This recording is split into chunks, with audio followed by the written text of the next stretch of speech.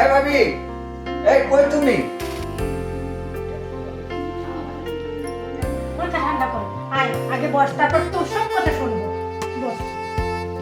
আরে তুমি কি জানো ওই পাড়ার চা দোকানে ওই সুমন্যা কি কয় জানো? তুমি শুনছো? তুমি তো কিচ্ছু জানো না। ওরা চা দোকানে বসে বসে তোমার আর আমার নামে খারাপ মন্তব্য করে। তোমার লাগে নাকি আমার সম্পর্ক আছে।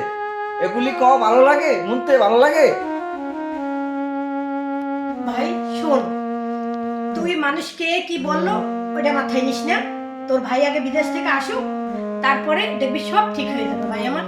ভাবি, এই যে তুমি কি বলো, আমার মাথাটা তো চিন চিন করতেছে যে আমি পারি না ওই পাড়ার চা দোকানটাতে আগুন দিয়ে জ্বালাই দিই। এই চা দোকান গুলোতে বসে বসে কি করে তুমি জানো? মানুষের বাসায় কার কি হয়েছে, কার কটা বাচ্চা হয়েছে, বিয়ে হয়েছে, সমস্ত ঝামেলা গুলা করে।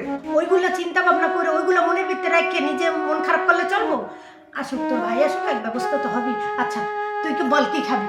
আমার এক গ্লাস পানি দাও। আচ্ছা ভাই।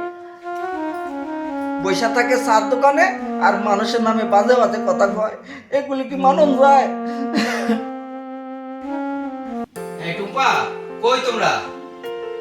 সুজনকে একটু আসতে বলো তো, কিছু মালামাল আনো, ড্রাইভারের সাথে যাক, নিচে যাক। সুজন, সুজন, হ্যাঁ ভাবি, তোর ভাইয়া ডাকে, একটু যা তো।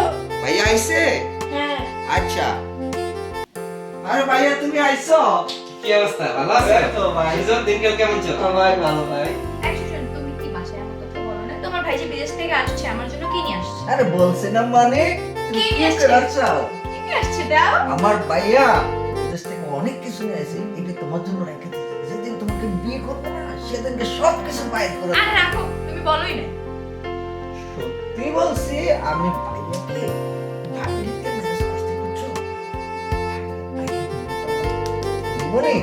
আরে ভাবি যদি আমরা